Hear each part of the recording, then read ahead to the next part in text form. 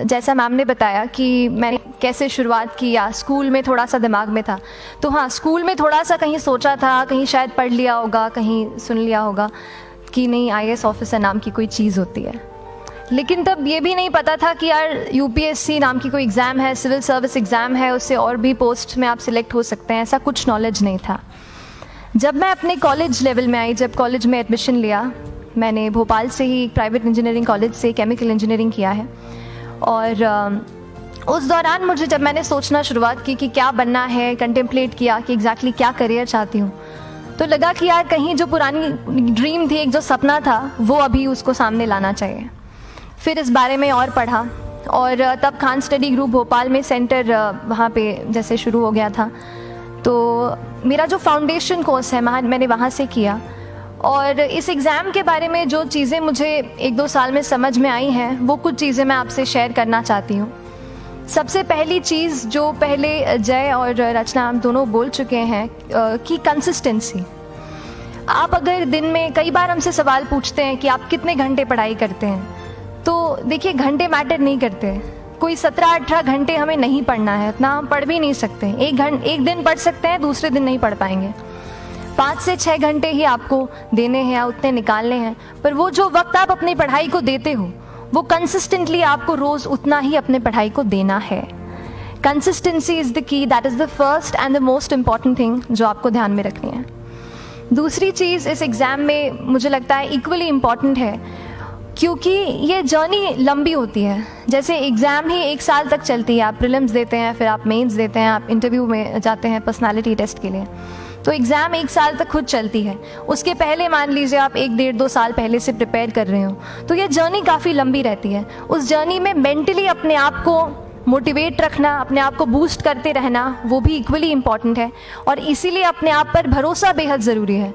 You need to have a faith in your self कि अगर आपने इसमें कदम रखा है, अगर आपने सोचा है कि आप सिविल सर्विस एग्ज़ाम देना चाहते हैं और देंगे, तो आपको ये ठान के उसमें जाना है कि हाँ, मैं ये कर सकता या कर सकती हूँ।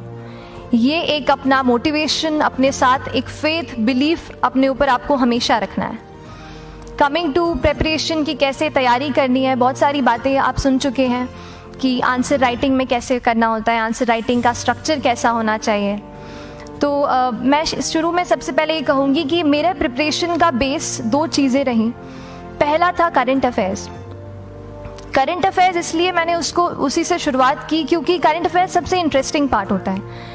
कई बार आपको हिस्ट्री कभी बोरिंग लगेगी, कई बार आपको लगेगा ज्योग्राफी इतना, कभी हर किसी के अपने अपने फेवरेट्स होते हैं। तो मुझे वो 2 सब्जेक्ट्स लगते थे कि यार इतना मन नहीं करता है। लेकिन न्यूज़पेपर्स और करंट अफेयर्स में जो भी नया चल रहा है वो मुझे हमेशा इंटरेस्टिंग लगता था। इंटरनेशनल रिलेशंस में क्या हो रहा है, क्या सोशल रियलिटीज़ हैं, कहाँ क्या हुआ, उसका क्या इम्पैक्ट पड़ेगा एडमिनिस्ट्रेशन पे और हमारी कंट्री पे, तो उसको आप अपना एक बेस बना सकते हो। आप करंट अफेयर्स बेस्ड प्रिपरेशन कर सकते हैं, इसलिए भी क्योंकि अगर आप मेंस एग्ज़ाम देखेंगे तो काफ़ी डायनामिज्म आ गया है। केवल प्रीलिम्स में नहीं, बल्कि जनरल स्टडीज़ पेपर 2, पेपर 3 में भी आप देखेंगे कई सारे ऐसे सवाल हैं जो करंट इवेंट्स से इंस्पायर्ड होते हैं, उन पे बेस्ड रहते हैं। तो जब आप न्यूज़पेपर बेस्ड, करंट बेस्ड पढ़ाई करते हैं तो वो आपका प्रिपरेशन वहाँ से भी कवर हो सकता है। दूसरी जो चीज़ मैंने जिस पे बहुत फोकस किया वो थी आंसर राइटिंग।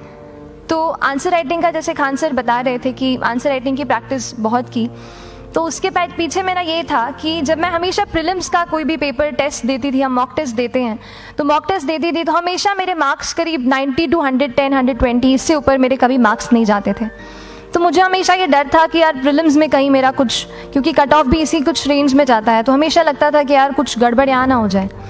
लेकिन जब मैंने आंसर राइटिंग की और मेंस एग्ज़ाम के बारे में जाना, तब मुझे लगा कि आंसर राइटिंग एक ऐसी चीज़ है, मेंस एक ऐसा फेज़ है सिविल सर्विस एग्ज़ाम का जहाँ पे आप अच्छे से तैयारी कर सकते हैं। And if you have written the answers, if you know कि you have covered the points well, if you have included उसमें कुछ आपने facts, international reports, government schemes, आपने कुछ ऐसे उसमें सॉल्व भी डाला है, तो जो रिजल्ट आएगा वो सेटिस्फैक्ट्री ही आएगा, अच्छा ही आएगा।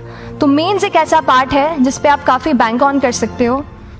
मैं जब पर्सनालिटी टेस्ट भी मैंने दिया, तो इस बार भी आप नंबर्स देखेंगे तो आसपास की रैंक के हिसाब से मेरे नंबर्स उसमें कम हैं, लेकिन it is just the general studies and the answer writing part, जो मेंस के जो वो है मार्क्स हैं या मेंस का जो एक फैक्टर रहा, वो मेरे लिए सबसे ज़्यादा इंपॉर्टेंट डिसाइडिंग फैक्टर रहा है। तो अपना एक्सपीरियंस यही बताऊंगी कि आंसर राइटिंग पे आप विशेष फोकस कीजिए। जैसा स्ट्रक्चर आपको बता ही चुके हैं कि इंट्रोडक्शन में कैसे आपको शॉर्ट रखना है, बॉडी एंड देन कंक्लूजन, उसमें छोटी चीज़ जैसे मैं अभी मेंशन कर रही थी, आप एक इंश्योर कीजिए कि देखिए जो भी एग्जामिनर आपकी कॉपी चेक कर रहे हैं वो दिन में 10, 15, 20 कॉपीज चेक कर रहे हैं, तो उन सब से आपको अलग कैसे आप अपनी कॉपी दिखा सकते हो, ये चीज़ आपका प्रेजेंटेशन और आप जिस तरीके से आंसर लिखते हो कंटेंट को, वो मैटर करेगा। आप इंश्योर कर सकते हैं कि आपके आंसर में कुछ फैक्ट्स, गवर्नमेंट की स्कीम्स, कुछ कमिटीज़ बैठती हैं, जैसे एक प्रिवेसी पे justice BN Shri Krishna committee की रिपोर्ट आई है, तो आप मान लीजिए आपको कोई प्रिवेसी पे सवाल आ गया तो आपने उन कमेटी का नाम कोट कर दिया। ऐसे बहुत सारी कमिटीज़ होती हैं। कुछ इंटरनेशनल रिपोर्ट्स आते हैं, वो आप उनको इनके बारे में लिख सकते हैं। इंडिया का मैप आप बना सकते हैं। मैंने सीख लिया था कि 10-15 सेकेंड्स में कैसे जल्दी से मैप बनाना है और उस पर कैसे पॉइंट कुछ करना है, कुछ लोकेट करना है। तो ये कुछ ऐसी चीज़ें हैं जो आपके आंसर्स को एनरिच करेंगी और प्रेजेंटेबल बनाएंगी। तो इस तरीके से आंसर्स पे जैसे हम क्लास करते हैं, लेकिन उसके साथ साथ आपको ये कोशिश करनी है कि 1 से 2 आंसर पर डे आपको ज़रूर लिखने ही लिखने हैं, apart from the test series that you are doing.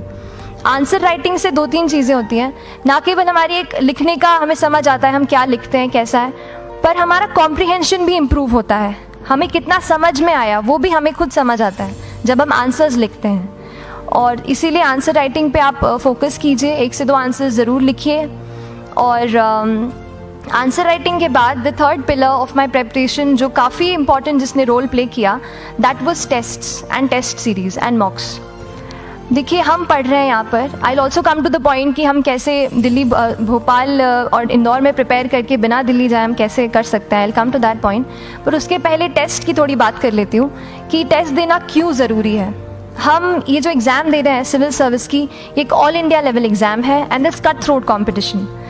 तो उसके लिए आप केवल पढ़ते रहे, सारी बुक्स, मटेरियल्स, स्टैंडर्ड, ये करंट का सब पढ़ लें, लेकिन अगर आप ये नहीं जज कर पाए कि आपका क्या लेवल है at an all India level, तो चीज़ें समझ में आप नहीं, मतलब आप आगे नहीं बढ़ पाएंगे या सही डायरेक्शन नहीं पकड़ पाएंगे। तो इसलिए आप टेस्ट से घबराइए मत। कई बार टेस्ट का इनर्शिया होता है, ऐसे लगता है कि जब तक पूरा सिलेबस कंप्लीट नहीं कर लूँ तब तक टेस्ट नहीं दूंगा, लेकिन सच में बात ये होती है कि जब तक हम GS के मतलब पेपर देने अंदर भी घुसते हैं ना, तब भी उस सेकंड पे लग रहा होता है कि कुछ छूट गया है हमारा। तो ये चीज़ होगी ही, इसीलिए ये मैं कभी मत सोचिए कि जब तक पूरा सिलेबस नहीं कर लूँ टेस्ट नहीं दूंगा। जैसे आपका एक थोड़ा बेस बन जाता है प्रिपरेशन का, आप टेस्ट दीजिए, चाहे वो प्रीलिम्स का MCQ का टेस्ट हो या मेंस का राइटिंग स्किल की प्रैक्टिस हो, टेस्ट पे आप फोकस कीजिए। उसके बाद टेस्ट केवल देने के लिए नहीं देना है, उसको एनालाइज भी अच्छे से करना है। When you get the answer hints, when you get the answer keys, analyse properly कि आपकी क्या गलती हुई है और उससे भी सीखने की कोशिश कीजिए कि क्या कुछ नया मुझे इस टेस्ट पेपर से या इस आंसर कॉपी से मिल सकता है। तो इस तरह से टेस्ट पे भी आप फोकस कीजिए। And I will come lastly to the point कि जब मैंने प्रिपरेशन शुरू की थी अपने कॉलेज के 2nd ईयर 3rd ईयर आते आते, तो मन में बहुत सारे फियर्स थे। मैं भी एक नॉर्मल फैमिली से हूँ, मेरे फैमिली में किसी ने आज तक सिविल सर्विस का पेपर भी नहीं लिखा था, तो मन में बहुत सारे फियर्स थे, डाउट्स थे, क्या होगा, कैसे होगा। तो हो सकता है आपके मन में भी ऐसा हो।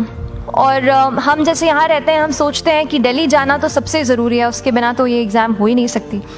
तो उस पर मैं एक चीज़ बताना चाहूँगी कि जैसे KSG जैसे इंस्टीट्यूट हैं, जो फैकल्टी भी हमें वही मिलती है जो दिल्ली में पढ़ा रहे हैं, तो ये एक बहुत पॉजिटिव पॉइंट है कि क्वालिटी का कोई दिक्कत नहीं आएगी। बस एक चीज़ है, आप ज्वाइन करते हैं class, that will only provide you a direction. वो आपका रास्ता दिखा सकते हैं आपको कि इस रास्ते पर आपको चलना है, लेकिन चलना उस रास्ते पे आपको खुद है। You have to work on your own. कभी ये मत सोचिए कि मैं वहाँ नहीं जा पा रहा हूँ तो नहीं हो सकता, यहाँ है, तो हम एक्सक्यूज़ेस बनाते हैं। कई बार चैलेंजेस आते हैं। तो मैंने कॉलेज के साथ प्रिपरेशन की, तो उसमें भी काफ़ी दिक्कत आती थी। कभी कभार कॉलेज की एग्ज़ाम होती थी तो इसमें मैं अपना उतना वक्त नहीं दे पाती थी। तो उस मोमेंट पे फिर प्लानिंग ने मुझे बहुत हेल्प किया कि हम किस तरीके से अपने कॉलेज के एग्ज़ाम के लिए प्लान कर लें। जैसे मैंने इंजीनियरिंग की है और मुझे पता है कि हम इंजीनियर्स 1 महीने से ज़्यादा पहले से पढ़ते नहीं हैं। पढ़ते हैं क्या? तो वो चीज़ आप ध्यान रख सकते हो, उसको अपना स्ट्रॉन्ग पॉइंट बना सकते हो। 1 से 1.5 महीना जब exam is approaching, I used to plan my entire syllabus का प्रिंट आउट निकाल के I used to make my notes, उस तरीके से उसको मैं उसको संभाल लेती थी। तो whenever you are managing those things together, focus on planning, किस तरीके से आप एक माइक्रो प्लान बनाएं, अपना डेली एक प्लान बनाएं, वीकली टारगेट सेट करें और एक ब्रॉड विजन दिमाग में रखें कि ब्रॉडली आप मंथ्स में क्या कवर करने वाले हैं। अगर आप प्लानिंग अच्छे से करते हैं तो ज़्यादातर पोर्शन आपका वहीं से कवर हो जाता है, और जब आप टारगेट्स बनाते हैं, उनको टिक करते हैं, तो एक सेंस ऑफ कंप्लीशन भी आपको मिलता है कि yes I am on the right path और मैं सही जा रहा हूँ या जा रही हूँ। तो इस तरीके से प्लानिंग पे भी इक्वली फोकस कीजिए। एंड बस यही सिंगल बिगेस्ट मैसेज मेरी तरफ से यही रहेगा कि आपने अगर ठान लिया है, अगर आप सोचते हैं कि आप एग्ज़ाम क्रैक कर सकते हैं, तो आपको रोकने वाला और कोई नहीं, आप खुद ही हो सकते हैं। तो खुद आप अपनी रुकावट कभी मत बनिए, एक्सक्यूजेस मत बनाइए। ऑब्स्टिकल ज़रूर आएंगे, उन्हें आपको चैलेंज करना है। Challenges are meant to be challenged. तो सही तरीके से अपने ऑब्स्टिकल्स को हैंडल कीजिए, और इस एग्ज़ाम में अगर आप सही स्ट्रैटेजी रखते हैं तो आप अपने एक अटैम्प्ट में ही इसको क्रैक कर सकते हैं।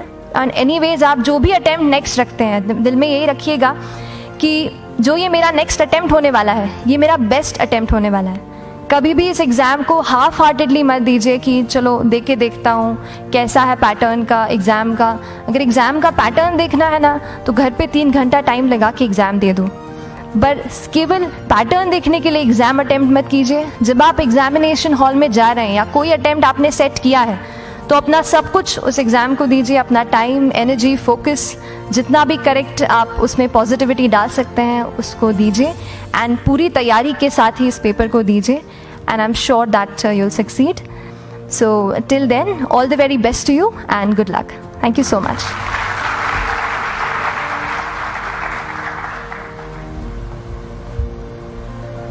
Thank you so much. As Srishti said कि आपके कोई भी क्वेरीज हों तो feel come to take classes in KSG in Indore and Bhopal branch. So lastly, I would like to thank you all for being such a patient crowd, being such a patient audience. एक चीज़ मैं कह सकती हूँ कि ये जंग बहुत बड़ी है, because you are entering into an ocean without knowing the depth of it and without knowing the art of swimming. ठीक है, तो पहली जंग तो आपने यहाँ जीत ली जब आपने ये सोच लिया, आप यहाँ बैठे हो, ये सोच के बैठे होगे कि शायद मुझे सिविल सर्विसेज करने हैं। तो इस शायद को यकीन में बस आपको खुद को बदलना है, and we are there to support you at all the moment, at all the time. जब भी हमसे पॉसिबल होगा, हम सब, इवन डॉक्टर खान, सब आपको ज़रूर हेल्प करेंगे। Thank you so much.